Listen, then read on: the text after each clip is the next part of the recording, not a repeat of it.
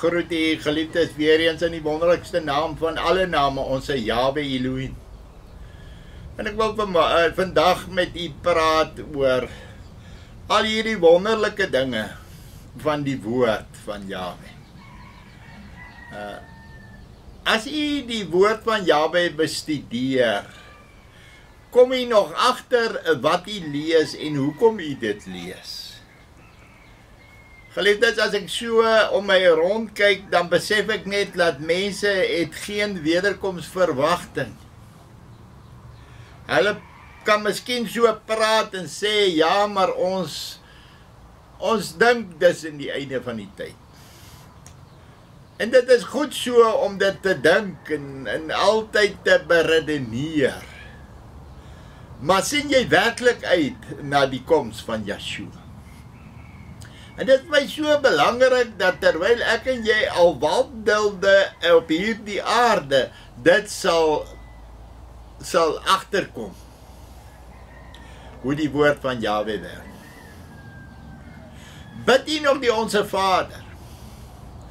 Bid jy nog daardie fase, laat u koninkryk kom? Of sal dit net eendag gebied? Jy weet, die hartseer, dit is nou al 'n paar maande terug. Gaan nou na 4 maande toe terug, wat my geliefde vrou oorlede is. En die hartseer en die verlange raak al hoe erger vir my.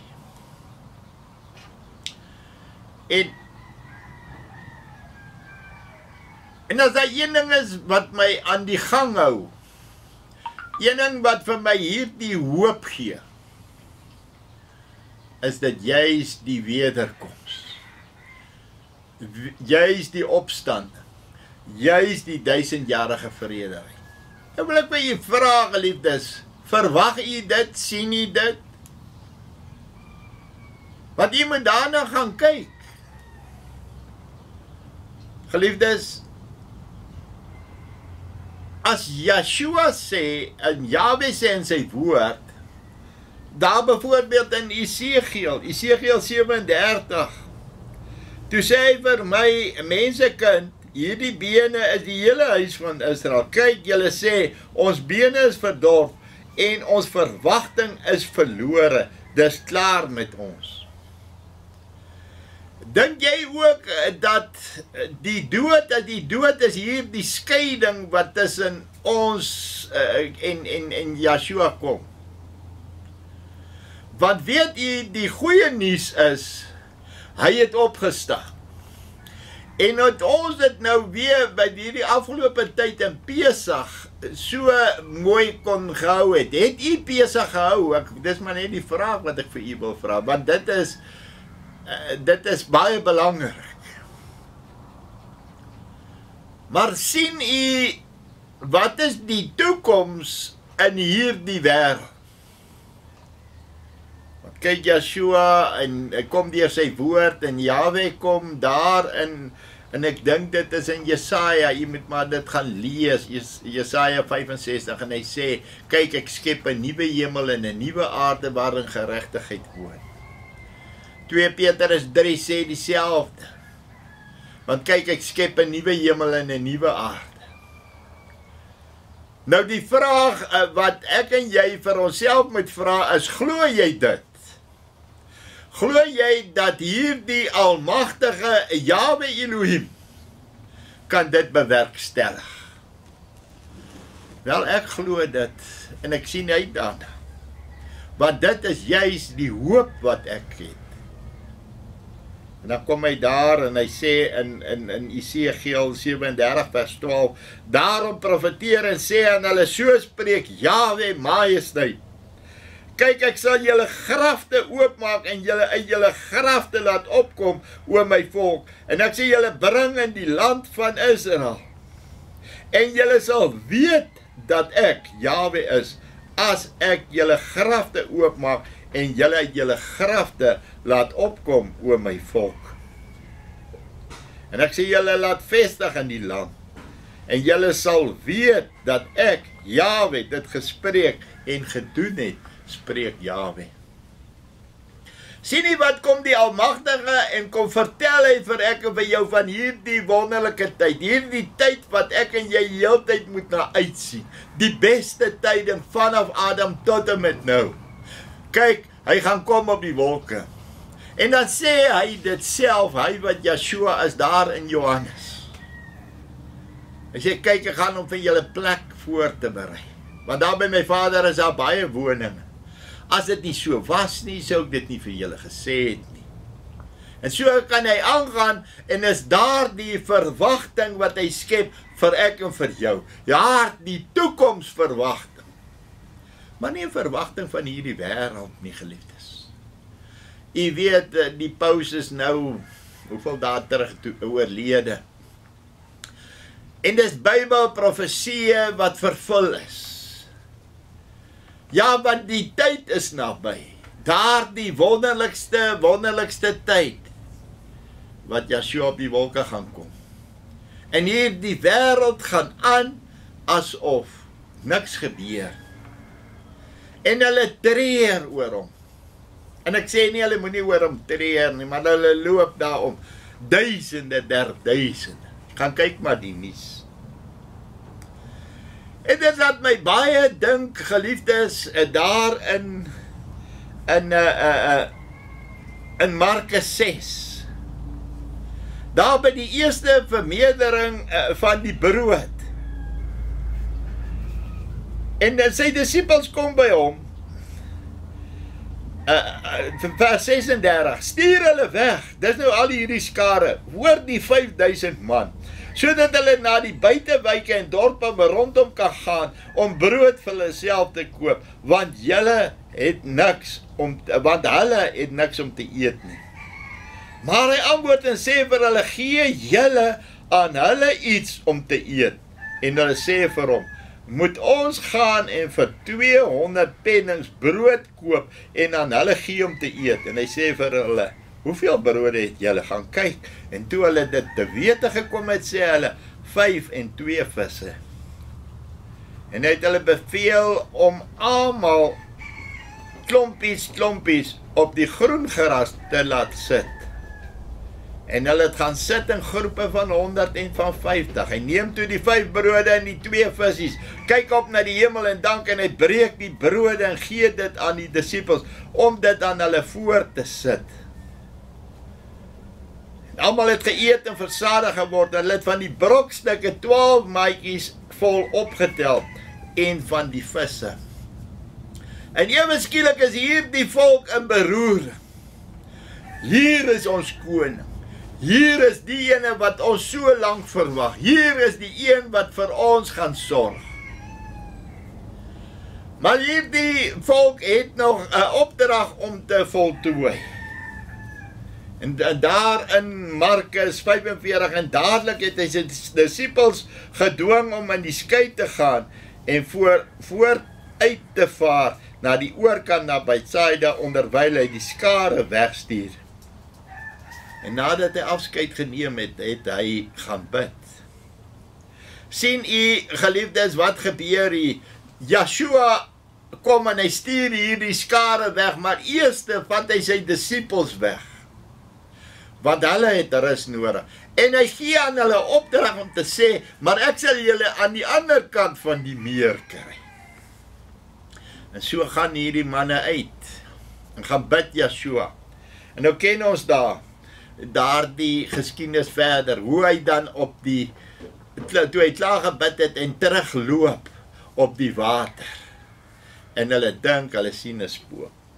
Maar wat my opgeval het, geliefdes, en ek wil hê u moet dit baie mooi gaan lees, en hy het gesien dat hulle swaar kry met roei, want die wind was teen hulle, en omtrent die 4de nagwag het hy na hulle gekom, al wandelen op die see, en hy wou by hulle verbygaan.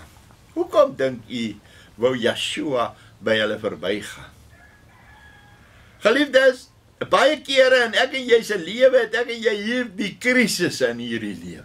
Het ons hier die sterk wind waarteen ons moet roei. Is hier die golwe van hierdie wêreld. Is al hierdie, noem dit moeilikheid in hierdie wêreld.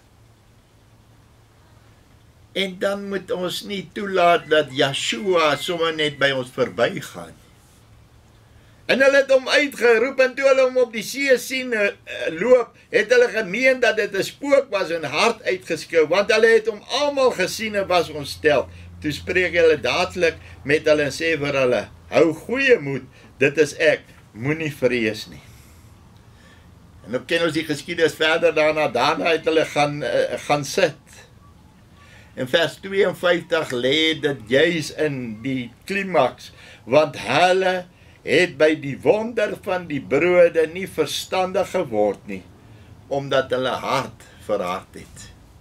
En so kom so baie mense in hierdie lewe en gaan hulle maar net aan met hulle lewe. Vergeet hulle van gister. Want jy sien hierdie probleme van hierdie land en hierdie volk is so groot, dat jy vergeet wat het Jahwe vir jou gedoen gister. En daarom kom Yeshua en wil hy by hulle verbygaan, want hy het hulle aan hulle opdrag gekry, en dit sê, maar ek sien julle aan die ander kant van die meer. En weet u, geliefdes, toe hy by hulle in die skei klim, toe die wind gaan lê.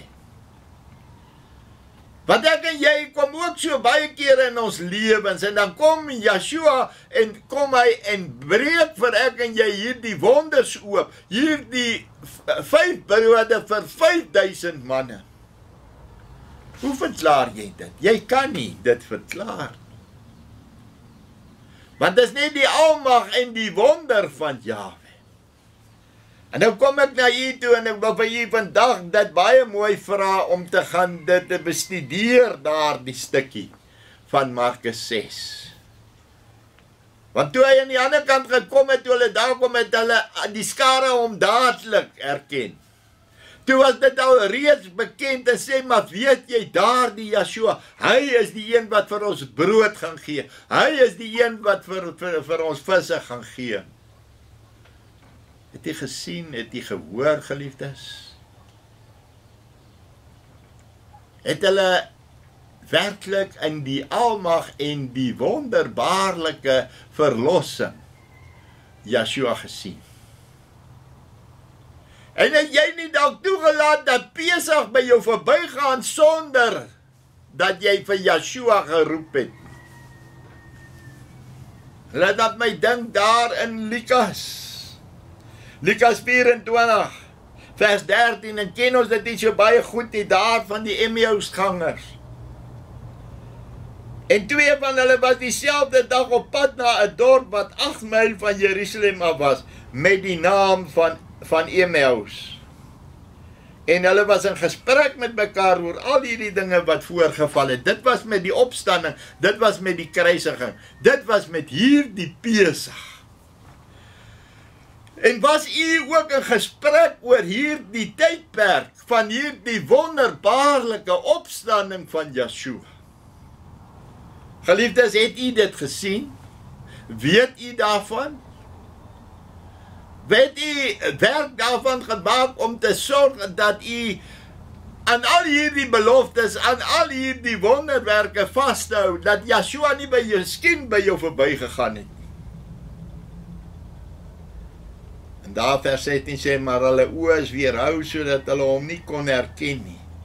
Want hy wat Yeshua is, het opgestaan en hy het saam met hulle beweeg, saam met hulle geloop.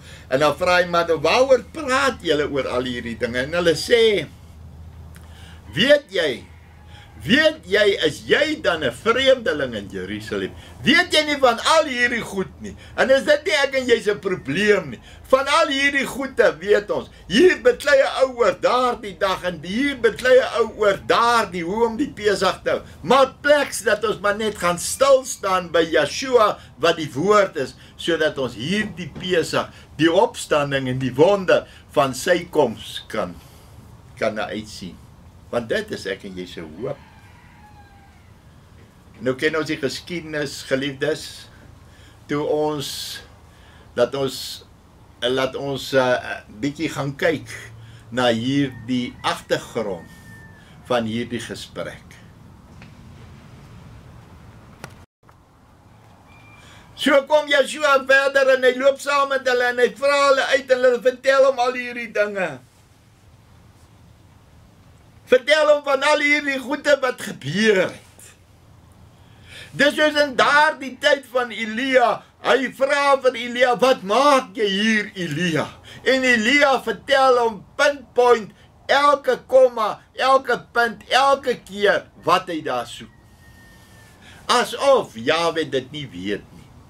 Maar Jahwe weet dit, geliefdes. Maar Jahwe wil hê dat Elia moet weet wat hy daar soek. En so wil Jahwe ook hê deur sy seun ons Yeshua, laat ek en jy sal weet al hierdie gebeurtenisse wat oor Pesach gebeur het, al hierdie wonderlike goed, dat ek en jy hierdie brandende hoop sal hê na sy koms. Toe sê hulle daar in vers 28, daarop kom hulle naby die dorp waarheen hulle op reis was, en hy het gemaak of hy verder wou gaan. En hierdie manne sê, nee maar wag, man, dit is al laat, bly jy maar net hier bietjie by ons, kom eet saam met ons. Wat jy sien, Yeshua wil graag by ons kom bly, wil graag saam met ek en jy gemeenskap wil hê. Hy wil graag hê ek en jy moet hierdie nagmaal, hierdie liggaam van hom in die brood eet. Hy wil graag hê ons moet deel hê van sy bloed in die wyn. Maar geliefdes, hy wil graag met ek en jy kom in hierdie bedeling, in hierdie tydperk voor sy koms, wil hy met ek en jy kom wandel. Vir ek en jy hierdie hoop te gee, sodat ek en jy sal uitsien, nie net na sy koms nie, maar sodat ander mense en ek en jy se lewe kan sien, wat Yeshua kan doen.